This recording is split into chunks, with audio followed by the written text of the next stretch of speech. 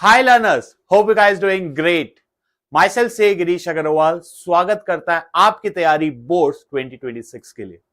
इस बार हम बीएसटी में सारे चैप्टर्स के वन शॉट करेंगे और साथ में एक बहुत ही इंटरेस्टिंग चीज हम इस बार प्लान कर रहे हैं वो ये है कि जैसे ही कोई भी आपका चैप्टर कंप्लीट होता है उसकी हमें साइमल्टेनियसली करनी होगी केस स्टडीज और साथ में कुछ इंपॉर्टेंट एमसीक्यूज जिससे वो चैप्टर आपका बहुत सॉलिड हो जाए। तो जैसे ही आप जिस दिन ये चैप्टर का वीडियो आप देखोगे उसके ही कुछ घंटों बाद या नेक्स्ट दिन आपको उसी चैप्टर का एक एमसीक्यू और केस स्टडी का कंबाइन वीडियो आता हुआ दिखेगा, तो प्लीज उसे भी जरूर से देखिएगा। तो बिना टाइम वेस्ट के शुरू करते हैं नेचर ऑफ मैनेजमेंट। तो सर सबसे पहले what is a management? Management कुछ नहीं होता है, वो होता है एक प्रोसेस कि sir process of achieving of doing things with the aim. क्या कि गाइस जिंदगी में मेरे कुछ भी मकसद होंगे with the aim of achieving my goals.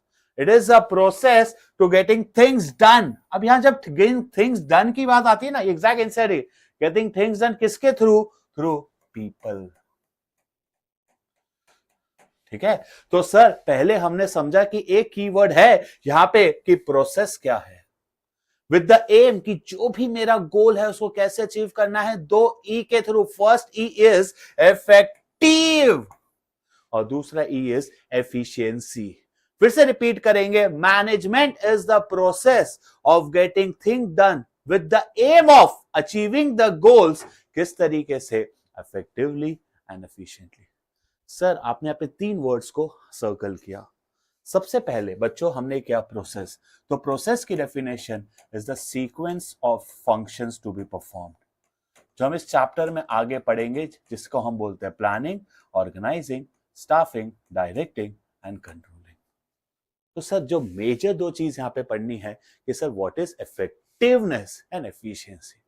मैंने प्रोनाउंस इस तरीके से इफेक्टिव, टी का मतलब टाइम, कि जो भी मुझे टास्क दिया है, जो भी मुझे एक्टिविटी है, उसको मुझे टाइम पे पूरा करना है, completing the task on time. तो सर एफिशिएंसी क्या बोलती है? एफिशिएंसी सी मतलब कॉस्ट, कि जो भी मुझे बजट दिया है मुझे उतने ही बजट में ये टास्क को या ये एक्टिविटी को पूरा करना है। ये कंसर्न होता है with the end result. It is concern with the end result कि जो टास्क है उसको पूरा करो। ये कंसर्न होता है कि सर कम से कम कॉस्ट पे मुझे ज्यादा से ज्यादा बेनिफिट्स चाहिए। ये कंसर्न होता है डूइंग द राइट थिंग। आपको बोला गया पापा ने चाय बनाने को 15 मिनट में, आप 15 मिनट में चाय बना देते हो, तो doing the thing right, that is called effectiveness. अब उस चाय बनाने में आपको एक कप दूध, एक थोड़ी सी चाय पत्ती, थोड़ी सी चीनी या पानी जो भी मिलाना पड़ रहा है, आप उतनी ही क्वांटिटी मिला रहे हो। Thing doing the things rightly, उसे हम बोलते हैं efficiency. Effectiveness again time, efficiency cost, and result this is cost and cost benefit relationship, और ये है doing right things and this is doing things rightly. अब इसी के साथ हम नेक्स्ट टॉपिक की ओर चलते हैं, जो सबसे इंपॉर्टेंट इस चैप्टर का, वो है फीचर्स। सबसे पहला फीचर हम डिस्कस करेंगे, मैनेजमेंट इज गोल ओरिएंटेड। देखो, every organization exist for some kind of goal. देखो, एक डिटेल का गोल होता है प्रॉफिट्स करना, एनजीओ का गोल होता है सेवा करना। तो एज अ मैनेजमेंट की लाइन सबसे important, unites the efforts of different individuals, कि एक ऑर्गेनाइजेशन में बहुत सारे लोग हैं, इन सारे लोगों को एक कॉमन डायरेक्शन दो कि भाई हमारा ऑर्गेनाइजेशन जिस भी पर्पस के लिए बना है हम उसे कैसे भी करके अचीव करें। सो मैनेजमेंट इज गोल। कैसे? सर जितने भी एम्प्लॉयज, ये जितने भी वर्कर्स है, क्यों ना हम इन सारे वर्कर्स को साथ में ले चले एक ही डायरेक्शन में, that is achieving the organisational goal. Word याद रखना, unites the efforts of different individuals. मैं इस बार पढ़ाते वक्त आपको सारे कीवर्ड्स भी साथ साथ में बताता रहूंगा। मल्टीडायमेंशनल को हम बाद में करेंगे, पहले हम पढ़ते हैं परवेसिव। परवेसिव मतलब अपुनिज भगवान है। भगवान जैसे हर जगह होते हैं, मैनेजमेंट भी हर जगह है। स्कूल हो, हॉस्पिटल हो, सोशल हो, पॉलिटिकल हो, प्रॉफिट मेकिंग हो, नॉन प्रॉफिट मेकिंग हो, स्मॉल बिजनेस हो, लार्ज बिजनेस हो, हर जगह मैनेजमेंट है। बट डिफरेंस सिर्फ तीन ही चीजों का है, कल्चर, ट्रेडिशन एंड हिस्ट्री। हमारे यहाँ मैनेज करने का स्टाइल अलग होगा, यूएस में अलग होगा, क्योंकि कल्चर डिफरेंस। पहले जमाने में अलग करते trade history. The difference is only three things: culture, tradition and history.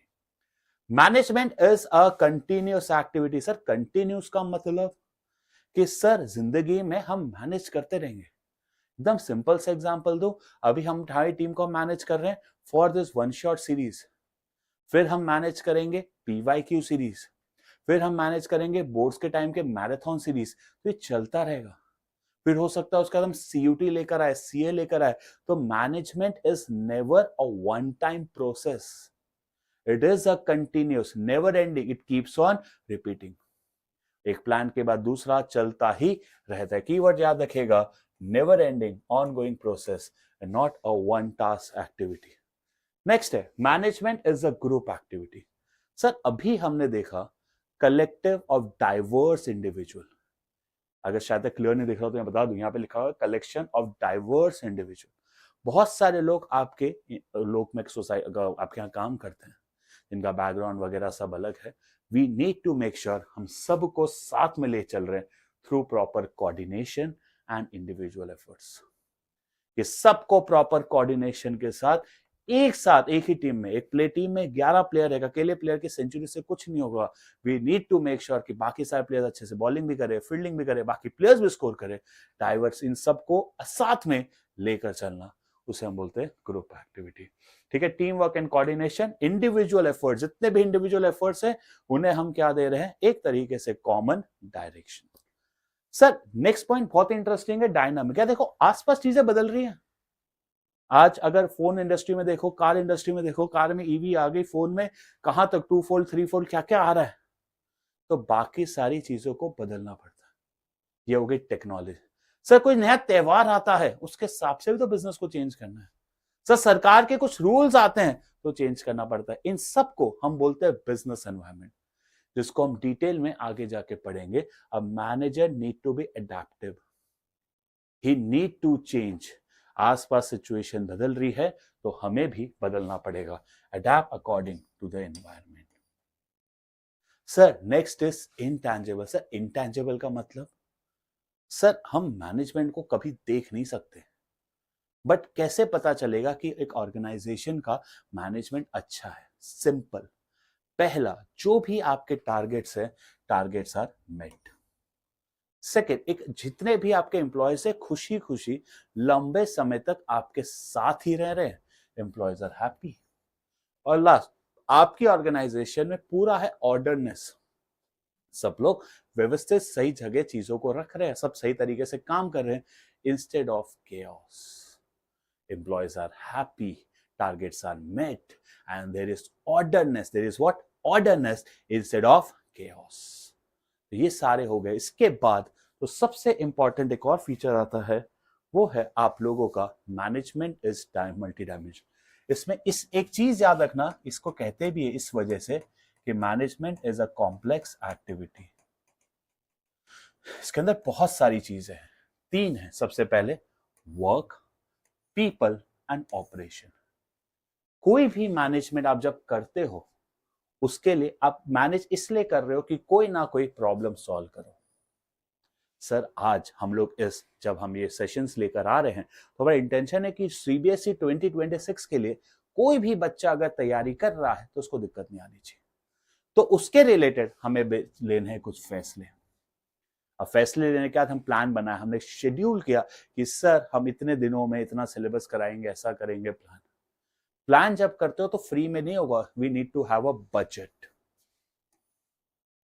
और क्या हुआ कि अब मैं गिरीश अग्रवाल चारों सब्जेक्ट नहीं पढ़ा सकता। आज अकाउंट्स, इको, बीएसटी, ईपी, हम 4 सब्जेक्ट्स लेकर आ रहे हैं। ईपी हम बिगिन करेंगे at the end of Jain, क्योंकि उससे पहले अकाउंट्स, इको, बीएसटी करना है, क्योंकि उसके बाद ईपी ही है फर्स्ट। बट उससे पहले हमें क्या करना पड़ेगा, रिस्पॉन्सिबिलिटी दी गई। मैं बता दूं 2 सर और आ रहे हैं, आयुष सर है एंड रवि सर है। आयुष सर आपका इकोनॉमिक्स का पूरा पार्ट देखेंगे और रवि सर आप लोगों का क्या बोलते हैं, अकाउंट्स का पूरा पार्ट देखेंगे। जल्द ही उनके भी वीडियोस आपको आते हुए दिखेंगे। तो ये हो गया काम क्या करना है, कैसे करना है। अब उस काम को करने के लिए पीपल चाहिए। अभी बोला ना कि भाई मैंने देखा ना कि इको करने के लिए मैं लेकर आया, हम लेकर आए आयुष सर को, अकाउंट्स के लिए हम लेकर आए रवि सर को, तो अब एम्प्लॉयज आ गए। अब पहले हमें यह भी देखना है कि इंडिविजुअली वो इको को, इंडिविजुअली वो अकाउंट्स को अच्छे से पढ़ाए, और साथ में ये भी देखना है कि एज अ टीम भी वो अच्छे से काम कर रहे, क्या एज अ टीम भी वो अच्छे से काम कर रहे। तो first employees as individual needs और डूलिंग एज अ ग्रुप। ठीक है, तो फर्स्ट वर्क, पीपल, सही लोग, ऑपरेशन। सर लोग ले आए, पर अब इन्हीं लोगों से काम करवाना है। अब हम टीम बन गई, मैं, रवि सर, आयुष सर जान लगा देंगे। जो भी इनपुट्स है उसको किस में कन्वर्ट करेंगे, आउटपुट को। हम है वो link between the work and people. We are a link between the work, sorry यहां पे आएगा पीपल। ऑपरेशन का मतलब है इन लोगों से, अब हम तीनों से हम मिलकर सीबीएसई 2026 में जितने भी आपके चैप्टर्स है उसको कंप्लीट करेंगे। तीन है, एक organisation, same goes with an organisation. पहले देखना है क्या काम करना है, कैसे करना है, कौन करेगा, कब। उसके लिए फिर हमने इंसान लेकर आए, फिर उन्हीं लोगों से काम कराने को हम बोलते हैं ऑपरेशन। नेक्स्ट है अब हमारा ऑब्जेक्टिव। अब एक ऑर्गेनाइजेशन के तीन ऑब्जेक्टिव है, ऑर्गेनाइजेशनल, सोशल और पर्सनल। सबसे इंपॉर्टेंट होता है organisational, interest of all the stake holder. Stake holder मतलब जो जो पार्टीज, एक सेकेंड ना गाइस, ठीक है, जो जो पार्टीज आपके बिजनेस में इंटरेस्ट रखती है, जैसे कि शेयर होल्डर्स, जैसे कि कस्टमर्स, जैसे कि employees. Share holders, customers, employees. तो एक ऑर्गेनाइजेशनल ऑब्जेक्टिव तीन तरीके से है। सबसे पहला है सर्वाइवल। सर्वाइवल का मतलब इतना पहले पैसा कमा लो। क्या बोला, जो स्टार्टिंग में जो भी मैं रेवेन्यू कमा रहा हूं, my revenue should always be equal to my cost. मैं एक बिजनेस स्टार्ट कर रहा हूं, एक होटल लगा रहा हूं, तो स्टार्टिंग में मुझे इतना ही देखना है कि मेरा जो रेवेन्यू किसके बराबर हो जाए, कॉस्ट। तो इसको हम बोलते हैं survival.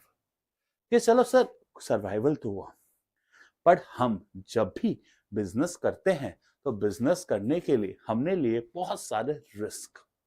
The vital incentive of taking risk, incentive of taking risk is always the profit. Risk लिया है, रिस्क है तो इश्क है, तो क्या मिलेगा, profit, covering cost plus risk. लेकिन मैं हमेशा चाहूं दिल मांगे मोर। सर बिजनेस बढ़ना चाहिए, बिजनेस बढ़ता कैसे है, या तो आपकी सेल्स बढ़ जाए, आपके एम्प्लॉयज बढ़ जाए, आपके प्रोडक्ट्स बढ़ जाए, आपके डिपार्टमेंट बढ़ जाए, या एक और चीज हो सकती है, कैपिटल इन्वेस्टमेंट बढ़ जाए। ये सारे वर्ड जो मैं आज आपको करा रहा हूं, 15 मिनट में आपने जितने टॉपिक्स अगर ध्यान से सुने हो, मैं आपको पूरे के पूरे एनसीईआरटी लेकर बैठना, ऑलमोस्ट सारे कीवर्ड्स मैंने करा दी। नेक्स्ट है सोसाइटी। कोई भी ऑर्गेनाइजेशन का एक काम होता है, that is the benefit of society. हमें हमारे समाज के बारे में सोचना है, क्योंकि ये समाज ही है जिसने हमें रिसोर्सेज दिए, तो हमारा भी फर्ज है, this is our moral duty, कि we do something for the society. As a manager हम क्या कर सकते हैं, सबसे पहले यूज एनवायरमेंट फ्रेंडली, ऐसे मेथड, ऐसे तरीके से गुड्स बनाओ जो सही हो, जो हमारे एनवायरमेंट। हमें प्लास्टिक जैसे बैन करना चाहिए, पेपर बैग्स यूज करना चाहिए, हमें हार्मफुल केमिकल्स यूज नहीं करना चाहिए, हर्बल यूज करनी चाहिए। नेक्स्ट है हमारे एम्प्लॉयमेंट अपॉर्चुनिटी, की भाई हमें मेक श्योर करना है रोजगार दे। आज टाटा, रिलायंस ने बहुत ज्यादा कंपनी, बहुत सारे एम्प्लॉयज को एम्प्लॉयमेंट दे के एक सोसाइटी में इमेज बनाई है, और समाज के लिए स्कूल्स वगैरह ओपन करें। लास्ट है पर्सनल। पर्सन देखो, हर एक ऑर्गेनाइजेशन में मैं पहले भी बताया था कि बहुत सारे एम्प्लॉयज है, पर्सन फ्रॉम डिफरेंट बैकग्राउंड्स। हर एक का अलग बैकग्राउंड होता है, अलग का एक्सपीरियंस होता है, तो मेरा काम है इनको साथ में लेकर चलना। अब कोई भी एम्प्लॉय दो तरीके के इंसेंटिव चाहता है, सीधी बात बता रहा हूं। एक होता है फाइनेंशियल और एक होता है नॉन फाइनेंशियल। पहला मैंने क्या लिखा है, फाइनेंशियल, दूसरा है सर नॉन फाइनेंशियल। फाइनेंशियल मतलब सैलरी, पैसा, नॉन फाइनेंशियल मतलब सर इज्जत, social needs, sir recognition. Social need, recognition चाहिए, अब अगर एक ऑर्गेनाइजेशन बढ़ रहा है, देयर इज अ ग्रोथ, तो वी नीड टू रिकंसाइल ना। अपना ऑर्गेनाइजेशन बढ़ रहा है तो एम्प्लॉयज के बारे में सोचो। इसलिए हमें हमारे एम्प्लॉयज को क्या देना है? अच्छी ट्रेनिंग, अच्छा हेल्थ केयर, स्कूल्स, उनके बच्चों के लिए स्कूल्स वगैरह भी हमें ओपन करनी है। तो 3 ऑब्जेक्टिव है, ऑर्गेनाइजेशनल, सोशल एंड पर्सोनल। समझ आए? इसमें सबसे इंपॉर्टेंट होता है ऑर्गेनाइजेशनल, जहां पे survival is revenue equal to cost, profit is vital incentive of taking risk and growth is जैसे जैसे एम्प्लॉयज वगैरह बढ़ रहे हैं हमारा बिजनेस भी बढ़ेगा। नेक्स्ट टॉपिक, सॉरी कहां गया? अब सबसे important is your importance. 5 importance है, लेकिन बहुत ही इजी है, ध्यान से समझिएगा। सबसे पहले हेल्प्स इन अचीविंग ग्रुप गोल। अभी सर हमने पहले ही पढ़ा था ये वर्ड कॉमन डायरेक्शन, कि सर एक ऑर्गेनाइजेशन में बहुत सारे एम्प्लॉयज है। यस, तो सर ये जितने भी एम्प्लॉयज है, ये जितने भी टीम मेंबर्स है, we need to make sure सब साथ में। रिलायंस में लाखों लोग काम करते हैं, टाटा में, और सबका इंटेंशन एक ही है कि रिलायंस के ऑर्गेनाइजेशनल गोल्स अचीव हो। अचीविंग, सबको साथ में लेकर चलो in the common direction of achieving organisational. अब इंक्रीजेस एफिशिएंसी, सबसे देखो एफिशिएंसी गिरीश सर अभी आपने बताया कि कॉस्ट बेनिफिट की कम से कम कॉस्ट पे हमें ज्यादा से ज्यादा आउटपुट चाहिए, कि जो भी मेरा कॉस्ट है, reduce the cost and increases the benefits, reduce the cost and increase the productivity. Sorry, cost को रिड्यूस करो, प्रोडक्टिविटी को बढ़ाओ। एक सेकेंड सर, कैसे? एक प्रोसेस था ना, planning, organising, staffing, directing and controlling.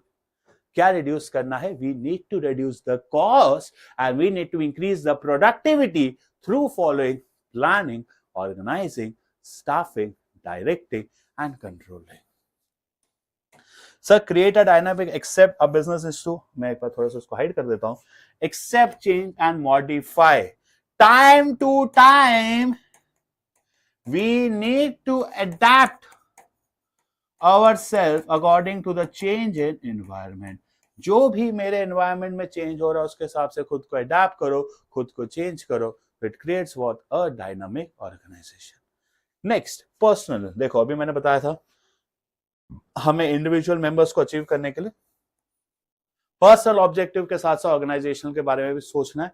ये सेम क्या था थ्रू, इसमें बस एक लाइन, एक लास्ट लाइन याद रखना, हमें अपने एम्प्लॉयज को ढंग से ना मोटिवेट करना है और लीडरशिप देनी है। देखो एम्प्लॉयज रिलेटेड कुछ भी आ गया तो पर्सनल ऑब्जेक्टिव, सोसाइटी रिलेटेड कुछ भी आ गया वो इको फ्रेंडली प्रोडक्ट्स, एनवायरमेंट देना, सॉरी इको फ्रेंडली प्रोडक्ट्स देना, एम्प्लॉयमेंट क्रिएट करना, health care facilities, in society के लिए कुछ भी है डेवलपमेंट। एम्प्लॉय रिलेटेड आए, यहाँ पे खुद को चेंज करने की बात है, अडेप्ट आए, creating a dynamic organisation, reduce cost, increase productivity है, increase efficiency and helps in achieving the goals by giving a common direction. Helps in achieving goals by giving common direction, वो हो जाएगा helps in achieving group goals. इसी के साथ importance भी खत्म होते हैं चैम्प्स। अब सबसे इंपॉर्टेंट है नेचर ऑफ मैनेजमेंट। ध्यान दीजिएगा यहां से गाइस, 17-18 मिनट हुए अभी तक, पर ऑलमोस्ट हमने 3 मेजर टॉपिक्स खत्म कर लिए। अब नेचर है और उसके बाद हमारे फंक्शन, एक लेवल्स है और कोऑर्डिनेशन। फंक्शंस इंपॉर्टेंट नहीं रहते क्योंकि आगे चैप्टर्स में ऑलरेडी क्वेश्चंस आता है, पर सिर्फ सबसे पहले साइंस। यहां पे बहुत सारी चीजें हमने लिखी है, इसको ध्यान से समझेंगे, एमसीक्यूज में आता है। साइंस, एस से साइंस, एस से सिस्टमैटिक बॉडी ऑफ नॉलेज। यहां पे क्लियरली बताया है ऐसा करोगे ऐसा होगा। लॉ ऑफ ग्रेविटी कहती है पेड़ से जब भी एप्पल गिरेगा वो नीचे गिरा तो नीचे ही गिरेगा, द कॉज एंड इफेक्ट। ठीक है, हाइड्रोजन को ऑक्सीजन के साथ रिएक्ट करोगे तो वाटर ही मिलेगा, उसे हम बोलते हैं cause and effect relationship. So क्या मैनेजमेंट में भी थियरीज और प्रिंसिपल है? Yes, management has theory sir. अभी तो आपने इतना सारा सिखाया, what is management? Is the aim of getting things done, is the process of getting things done with the aim of achieving goals effectively and efficiently। फिर हमने efficiently, effectiveness, ये सारे टर्म्स को अच्छे से समझा। Sir principle based on experiment, हमारे management के भी प्रिंसिपल एक्सपेरिमेंट, ऑब्जर्वेशन, बार बार स्टडी करके डेवलप किए गए। ये हाइड्रोजन ऑक्सीजन को हमने जगह जगह रिएक्ट किया, फिर चेक किया क्या सही तो है। सर सेकेंड चैप्टर में हम पढ़ने वाले हैं क्या मैनेजमेंट में प्रिंसिपल है? यस। सर क्या एक्सपेरिमेंट से आया है? यस। क्या ऑब्जर्वेशन से आया है? यस। लेकिन हर बार सेम रिजल्ट नहीं देते। फिर से बोल रहा हूं, principles of management don't give us the same result because they are not applicable because they are applicable on human behavior और उसको प्रिडिक्ट करना इजी नहीं है। जरूरी नहीं है हर इंसान को हम सेम स्ट्रैटेजी से सेम एक्सपेरिमेंट करके पढ़ा ले। इसलिए principle of management are called as in exact science. क्या बोलते हैं उसको हम? एक तरीके, क्योंकि उनको हम अप्लाई कर रहे ह्यूमन बींग्स को जिनका बिहेवियर प्रिडिक्ट नहीं कर सकते, इसलिए हम कहते हैं इन एग्जैक्ट साइंस। लास्ट है यूनिवर्सल वैलिडिटी। जब हम बात करें यूनिवर्सल वैलिडिटी, दुनिया के किसी भी कोने में हम ये हाइड्रोजन प्लस ऑक्सीजन का रिएक्शन कर लो, हर बार सेम ही मिलेगा। लेकिन अगर हम बात करें मैनेजमेंट की, इसकी बात करेगी रिसर्च मैनेजमेंट की, वो एक चीज याद रखना, बहुत अच्छी चीज बता रहा हूं, वो यूनिवर्सल एप्लीकेबल तो है, बट सर वो यूनिवर्सल वैलिडिटी नहीं है। वैलिडिटी का मतलब आप हर बार अप्लाई करो, we won't get the same result. Applicable मतलब हर बार अप्लाई करो आपको मिलेगा, आप अप्लाई कर सकते हो, पर जरूरी नहीं है हर बार आपको सेम आंसर मिले। चलो फर्स्ट भी हो गया। ये सबसे इजी है आर्ट, सबसे प्यारा। आर्ट क्या है? पढ़ाने का आर्ट है, डांस करना एक आर्ट है, सिंगिंग इज एन आर्ट। क्यों? हर एक स्किलफुल और पर्सनलाइज्ड है। मैं किसी भी टीचर को आज तक दुनिया में कभी मैंने खराब अच्छा नहीं बोला। सबका अपना अपना तरीका है, सबका अपना अपना वे है। यूट्यूब पे बहुत, मैं नहीं बोलूंगा कि 2-4 टीचर है, हजारों टीचर पढ़ा रहे हैं। मैं कितने लास्ट 6 साल से पढ़ा रहा हूं, बट सबका अपना एक स्टाइल है। आपको जिस स्टाइल में अच्छा लगे, जिस तरीके से अच्छा लगे वो है, पर टीचर वो ही चुनना जो एंड तक आपका साथ दे। बहुत टीचर्स देते हैं, उनमें से एक मैं हूं। पूरी कोशिश करूंगा कि एंड तक जो लोग इस चैनल से जुड़ गए ना, एंड तक उन बच्चों का मैं साथ दूं। नेक्स्ट, एग्जिस्टेंस सर्टन कि भाई थियोरेटिकल नॉलेज है, प्रिंसिपल्स है। आज की डेट में मैनेजमेंट में बहुत सारी किताबें हैं, एरियाज है जिनको पढ़ के हम नॉलेज ले सकते हैं। करेक्ट, अभी हमने देखा। सेकेंड, पर्सनलाइज्ड, हर किसी का अपना एक स्टाइल है। सर मैंने आपको बताया ना, बीएससी यही कोई आर्ट पढ़ा रहा होगा, कोई शायद लिख के पढ़ा रहा होगा, कोई पीपीटी बना रहा होगा, किसी का दूसरा स्टाइल होगा, सब पर्सनलाइज्ड। वैसे मैनेजमेंट है ना, पर्सनलाइज्ड एप्लीकेशन। कोई मैनेजर होता है प्यार से समझा देता है, कोई मैनेजर होता है टाट से समझाता है। तो इससे हम क्या बोलेंगे? एक तरीके से पर्सनलाइज्ड एप्लीकेशन। ठीक है, अपने स्टाइल बेस्ड ऑन प्रैक्टिस। जितना ज्यादा हम इन चीजों को प्रैक्टिस करते चलेंगे, हम उतना ही उसमें होने वाले हैं माहिर। वैसे एक मैनेजर पहले मैनेज करता है एक टीम ऑफ 5, फिर टीम ऑफ 10, फिर टीम ऑफ 20। जितना ज्यादा वो मैनेज करता चला जाएंगे, उतने ही वो हो रहे इसमें एक्सपर्टीज। समझ आया? तो अगेन एग्जिस्टेंट बहुत सारी किताबें हैं, नॉलेज है आर्ट में, वैसे हमारे मैनेजमेंट में भी। Second, based on personal application, हर कोई आर्ट अपने स्टाइल में अप्लाई करता है, ऐसा हर कोई मैनेजर अपने तरीके से करता है। अब नेक्स्ट है बेस्ड ऑन प्रैक्टिस, जितना ज्यादा आप इसको प्रैक्टिस करोगे उतना उसमें स्ट्रांग होंगे। अब एक क्वेश्चन जो शायद तक आपने कभी सुना है कि नहीं पता नहीं, management is both art and science. Science क्यों? कि जो भी इसके प्रिंसिपल्स है that has been developed through proper experiments and observation. मैंने आपको अभी सिखाया कि जितने हमारे मैनेजमेंट के भी प्रिंसिपल है उसको हमने कैसे डेवलप किया, उसको हमने कैसे डेवलप किया? उसको हमने डेवलप किया थ्रू एक्सपेरिमेंट एंड ऑब्जर्वेशन। लेकिन इसको जब हम अप्लाई करते हैं, हर कोई इसको अप्लाई करता है अपने स्टाइल में, अपने तरीके में। इसको हर कोई कैसे अप्लाई करता है? अपने स्टाइल में, अपने तरीके में, स्किलफुल एंड पर्सनलाइज्ड एप्लीकेशन, इसलिए वो हो जाता है आर्ट। प्रिंसिपल डेवलप्ड है to proper experience and observation, लेकिन हर कोई इसको अप्लाई करता है अपने स्टाइल में। नेक्स्ट, अब मैनेजमेंट एज अ प्रोफेशन, बहुत इंपॉर्टेंट। फर्स्ट पॉइंट, पहले मैं इसके सारे पॉइंट्स बताऊंगा, फिर हम इसको मैनेजमेंट से कंपेयर करेंगे। पहला, well defined body of knowledge. पूरा का पूरा प्रोफेशन वेल डिफाइंड है। प्रोफेशन मतलब सीए, डॉक्टर, लॉयर, सारी चीजें क्लियरली डिफाइंड है।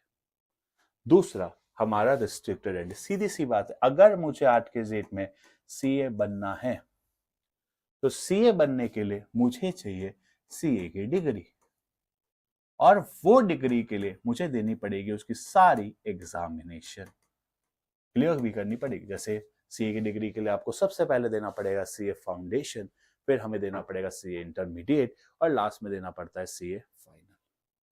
ये सारे एग्जाम्स विद द आर्टिकलशिप हम कंप्लीट कर लेते तो ही हम बनेंगे। अब उसके बाद सिर्फ एग्जाम देने से काम नहीं होता, हमें एक प्रोफेशनल एसोसिएशन का मेंबर बनना है। सर, ये प्रोफेशनल एसोसिएशन करता क्या है? बहुत सारे काम करता है। सबसे पहले ये हमें देता है सीओपी। सीओपी का मतलब होता है सर्टिफिकेट ऑफ प्रैक्टिस, कि गिरीश सर आप सीए प्रैक्टिस कर सकते हो, आप लोगों को सीए का काम, सीए की उनकी एक्टिविटी मतलब सीए जो करता है वो काम कर सकते हो। साथ में इसका एक और बहुत इंपॉर्टेंट काम होता है, वो है फॉर्मुलेटिंग सीओडी। सीओसी का मतलब होता है code of conduct. As a manager, as a professional association, मेरे दो काम है। सबसे पहले ग्रांट करना अपने मेंबर्स को सर्टिफिकेट ऑफ प्रैक्टिस, और एज अ प्रोफेशनल एसोसिएशन मेरा काम है कोड ऑफ कंडक्ट भी डेवलप करना।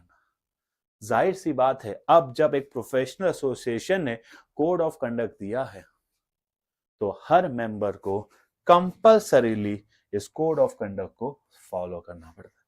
इसके बाद इसमें इधर एक और पॉइंट है जो है सर्विस मोटिव, कि मोटिव है जो भी मेरे क्लाइंट्स है उन सारे क्लाइंट्स के बारे में सोचना, उन क्लाइंट्स को ढंग से पढ़ाना। तो 5 पॉइंट हमने ढंग से पढ़ लिए। फिर से वेल डिफाइंड है सारी चीजें, रिस्ट्रिक्टेड, अगर आपको डिग्री एग्जामिनेशन देनी पड़ेगी, प्रोफेशनल एसोसिएशन का आपको मेंबर बनना पड़ता है जो आपको सीओपी भी देता है, कोड ऑफ कंडक्ट बनाता है। कोड ऑफ कंडक्ट करना फॉलो जरूरी है, ठीक है। अब यार सर क्या मैनेजमेंट में वेल डिफाइंड है? Yes, 11, 12, BCom, MCom, MBA well defined है यार, सारी सिचुएशन ऐसे देते हैं, प्रोफेशनल इंस्टीट्यूट भी है। बट डिग्री लेना जरूरी है क्या? मैं मैनेजर बन सकता हूँ? दुनिया के बड़े से बड़े मैनेजर्स आज के बिना डिग्री के, इररिस्पेक्टिव ऑफ, मोस्टली तो कॉलेज ड्रॉप आउट्स है। अब सर डिग्री कंपलसरी नहीं, तो इंस्टीट्यूट होगी क्या? चल है, एक नाम दिया हुआ है एमा, all India management association, but कोई कंपलसरी नहीं है उसके मेंबरशिप बनना।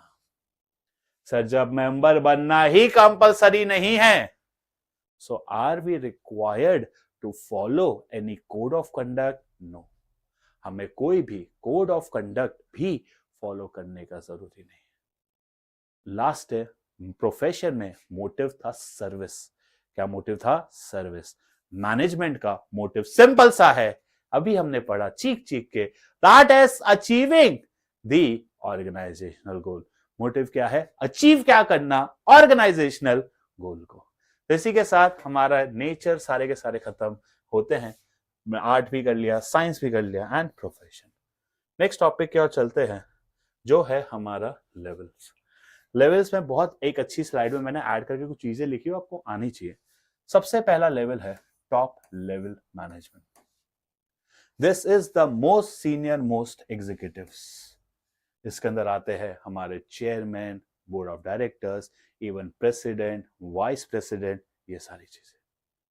सबसे इंपॉर्टेंट है इनके फंक्शंस, मैंने लिखे हैं, लिख लेना। Integrate the diverse elements. जितनी भी एक्टिविटीज है, जितने भी काम है, सबसे ऐसा कहते हैं कि इनका काम सबसे ज्यादा स्ट्रेसफुल होता है, सबसे ज्यादा टेंशन, सबसे ज्यादा टाइम, सबसे ज्यादा एफर्ट्स ये लगाते हैं कि ये सबसे ऊपर है। तो इंटीग्रेट करना और सबको कोऑर्डिनेट, जितने भी डिपार्टमेंट है, प्रोडक्शन, परचेज, सेल्स, मार्केटिंग, सारे डिपार्टमेंट के बीच में प्रॉपर कोऑर्डिनेशन। दूसरा काम होता है कि ऑर्गेनाइजेशन का वेलफेयर, सो वेलफेयर एंड साथ में एक और वर्ड है शायद सर्वाइवल। दूसरा कि हमें देखना अगर आसपास मेरा बिजनेस एनवायरनमेंट चेंज हो रहा है तो उस हिसाब से हम भी चेंज करें।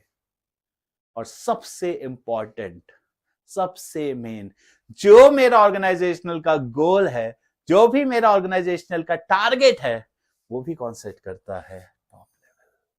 सो फिर से इंटीग्रेट करना, दूसरा इंटीग्रेट के बाद दूसरा क्या है? For welfare and survival. तीसरा एनालाइजिंग द बिजनेस एनवायरनमेंट, और सबसे important setting up the objectives as well as the strategy. क्या सेट करनी है? एक है ऑब्जेक्टिव्स और दूसरी है स्ट्रैटेजी। अब सेकेंड हम बात करते हैं मिडिल लेवल। जब हम बात करें तो ये सारे डिपार्टमेंटल हेड्स आ गए, परचेज, सेल्स, फाइनेंस वगैरह, ये एक तरीके से लिंक होते हैं टॉप लेवल और लोअर लेवल या ऑपरेशनल लेवल। अब इनका काम क्या है ये भी लिखिए मैंने। जो टॉप लेवल ने काम किया है, सोचा है ना, उसको कैरी आउट करना। हाँ भाई, टॉप लेवल डिसाइड किया है, बड़े साहब ने बोला है ये सारी चीजें हो जानी चाहिए, पापा बोलते हैं ना, जो दादाजी ने बोला चुपचाप वो कर देना है। अब इनने कुछ पॉलिसी बनाई, बट ऐसा, अरे यार ये इनकी तो ये पॉलिसी ये कहती है अच्छा सेल्स ऐसा करना है तो उस बेसिस पे ऐसा करना पड़ेगा, ये करना पड़ेगा। उन पॉलिसी के बारे में सोचता कौन है? Middle level. आज मुकेश अंबानी तो बोल दिया हम इतना डिस्काउंट देंगे, अरे कैसे देंगे, कहां से लाएंगे? तो इंटरप्रिटेट करो पॉलिसी। अब मिडिल लेवल मोस्टली होते हैं सारे divisional heads, production head, sales head, marketing head. तो इनके बहुत सारे काम है, डिपार्टमेंटल हेड्स। कि सबसे पहले उनके डिपार्टमेंट में जितने लोग चाहिए उतने लोग हो। एक बार एम्प्लॉयज आ गए ना, सबसे पहले काम होता है उनको ऐसा मोटिवेट करो, ऐसा बोलो कि जान लगा ले, मोटिवेट से। और लास्ट, एक बार अब एम्प्लॉयज आ चुके हैं, इन्हीं एम्प्लॉयज को अब हमें काम देना है, असाइनिंग ड्यूटीज। क्या दो? एकदम बढ़िया तरीके से प्रॉपरली ड्यूटीज असाइन करो। और एक और काम होता है, हमें बाकी सारे डिपार्टमेंट के साथ प्रॉपर कोऑपरेशन। गाइस फिर से बोल रहा हूं, कीवर्ड है coordination across various function, top level. A production manager need to cooperate with sales, production need to cooperate with marketing, तो ये हो गया मिडिल लेवल। और लास्ट है अब हमारा फिर से ऑपरेशनल। इसका नाम बहुत सारे हैं, लोअर लेवल भी बोलते हैं, ऑपरेशनल लेवल भी बोलते हैं, और इनका एक और नाम है फर्स्ट लाइन मैनेजर्स। क्यों फर्स्ट लाइन मैनेजर्स? क्योंकि मैनेजर्स की अथॉरिटी में सबसे नीचे हैं और हमारे वर्कर्स के लिए सबसे पहले है। मैनेजर्स में टॉप, मिडल, ऑपरेशनल, पर हमारे वर्कर्स के लिए सबसे पहले मैनेजर्स आते हैं ये। अब इसके अंदर सारे एस वाले, सुपरवाइजर, सुपरिटेंडेंट, फोरमैन, ये सारे यही वो लोग हैं जो एक्चुअली इंटरैक्ट करते हैं वर्कर्स से, और यही वो लोग हैं जो इंटरैक्ट करते हैं वर्कर्स से। और इनकी जो भी अथॉरिटीज है, जो भी रिस्पॉन्सिबिलिटी है, वो किसके अकॉर्डिंग है? फिर से लिख लेता हूं, ये तो शायद तक नहीं दिख रहा होगा। Authority and responsibility are limited, are as per the जो plan drawn by filling the blank. सब लोग लिखोगे मिडिल लेवल, नहीं, इसका टॉप लेवल ही डिसाइड कर लेता है कि लोअर लेवल तक हमें कितने पावर्स, कितनी responsibility, plan drawn by top levels. MCQ जो सब लिख कर आएंगे मिडिल लेवल, क्योंकि ऑपरेशनल है, ऑपरेशनल हेड होते नहीं, इनकी अथॉरिटीज एंड रिस्पॉन्सिबिलिटी कितनी होती है? Limited, as per the plans drawn by top level. क्या बोलते हो गाइस, मजा आ रहा है कि नहीं? मजा आ रहा है तो डू लाइक द वीडियो। अब नेक्स्ट इंपॉर्टेंट टॉपिक है आपके, दो ही टॉपिक बचे, एक फंक्शन और फिर कोऑर्डिनेशन। अब फंक्शंस थोड़े से फास्ट हम करेंगे क्योंकि हम ऑलरेडी वो डिटेल में आगे के चैप्टर्स के वीडियोस में आएगा। Planning is all about deciding in advance what to do, how to do. हम प्रॉब्लम्स को प्रिवेंट नहीं कर सकते, बट हम उसके लिए रेडी हो सकते हैं। ऑर्गेनाइजिंग, जो इसको एग्जीक्यूट करना, उसके लोगों को काम देना, डिपार्टमेंट बनाना, एक प्रॉपर सा स्ट्रक्चर बना देना कि प्लान क्या, कि सर एक कंपनी बनानी है मेडिसिन बेचने की, ऑर्गेनाइज करना, एक स्ट्रक्चर बनाना। सर एक सेल्स डिपार्टमेंट होगा, एक मार्केटिंग डिपार्टमेंट होगा, एक सेल्स डिपार्टमेंट होगा, फिर एक मार्केटिंग डिपार्टमेंट होगा, फिर सर एक एचआर डिपार्टमेंट होगा, या एक प्रोडक्शन भी होगा। हर एक की अथॉरिटीज एंड रिस्पॉन्सिबिलिटीज, पावर्स को क्या डेलीगेट, ये सारी चीजें हो गई ऑर्गेनाइजिंग। सर अब इस काम को करने के लिए हमें चाहिए राइट पर्सन, तो इसके लिए हम करेंगे सर रिक्रूटमेंट, सर हम करेंगे सिलेक्शन, हम करेंगे ट्रेनिंग, हम करेंगे डेवलपमेंट। ये हो गया हमारा स्टाफिंग। सर अब एम्प्लॉयज तो आ गए, अभी इन एम्प्लॉयज को अब हम कराएंगे अच्छे से लीड, अब अच्छे से करेंगे मोटिवेट, काउंसिल, इसको हम इनके बीच में होना चाहिए ढंग से कम्युनिकेशन। ये सारी चीजें हो गई डायरेक्टिंग। और लास्ट क्या क्या हो गई, डायरेक्टिंग। और लास्ट क्या, एक बार फिर से चेक कर लो, देखो, refers to giving direction, motivating, leading. Sir जो हमने प्लान किया है उसके हिसाब से होना चाहिए, और सर अगर इनके काम करने में कोई भी डेविएशन आ गया तो अब हम क्या लेंगे, हम लेंगे करेक्टिव एक्शन। वो क्या हो गया, वो हो गया हमारा कंट्रोलिंग। कोई भी गड़बड़ है, कोई भी दिक्कत है, उसको हम ठीक कैसे करेंगे, थ्रू कंट्रोलिंग। ये थे हमारे फंक्शंस ऑफ मैनेजमेंट। आपको मजा आया होगा यहां तक। अब इस चैप्टर का सिर्फ एक लास्ट टॉपिक बचा है, जो है हमारा कोऑर्डिनेशन। अगर कोई स्टडी सर्कल का स्टूडेंट है, थैंक्स टू प्रदीप भाई। प्रदीप भाई पूरे 36 मिनट से सीधे खड़े ताकि कैमरा थोड़ा सा खराब हो। मजा आया ना आपको एकदम। अब नेक्स्ट है लास्ट फंक्शन, कोऑर्डिनेशन। सबसे पहला कीवर्ड मैंने यहां लिखा हुआ है, दैट इज सिंक्रोनाइजेशन। सबको साथ में लेके चलो। ये वो धागा है, एक लाइन है, threads which keep together all the pearls. It's implicit and inherent. हर जगह वो मौजूद होता है, हर डिपार्टमेंट से क्यों ना हो, हर फंक्शन से क्यों ना हो, हर लेवल से क्यों ना हो, हर जगह कोऑर्डिनेशन होना जरूरी है। It is the process of different, इसलिए वो एसेंस है। हर लेवल पे रिक्वायर्ड है सर। टॉप लेवल भी कोऑर्डिनेट करेगा सर, मिडिल लेवल भी कोऑर्डिनेट करेगा, और सर ऑपरेशनल लेवल भी कोऑर्डिनेट करेगा। ये आगे जाके आप एक बहुत बड़ी लाइन पढ़ोगे आगे कोऑर्डिनेशन में, कि दो चीज होती है, एक होता है कोऑर्डिनेशन और एक होता है हमारा कॉर्पोरेशन। सर अगर ऑर्गेनाइजेशन में कोऑर्डिनेशन तो है कि यार एम्प्लॉयज अच्छे से काम कर रहे हैं, देयर इज अ कोऑर्डिनेशन, और कॉपरेशन ही लोग एक दूसरे की जय भगिया से टास्क तो हो जाएगा, but employees won't be happy, employees sad हो जाएंगे आपके। लेकिन दूसरा कॉपरेशन है तो एम्प्लॉयज तो रहेंगे खुश, वाओ, बट हमारा टास्क कभी भी नहीं हो पाएगा। ये है पर ये नहीं, ठीक है, सॉरी।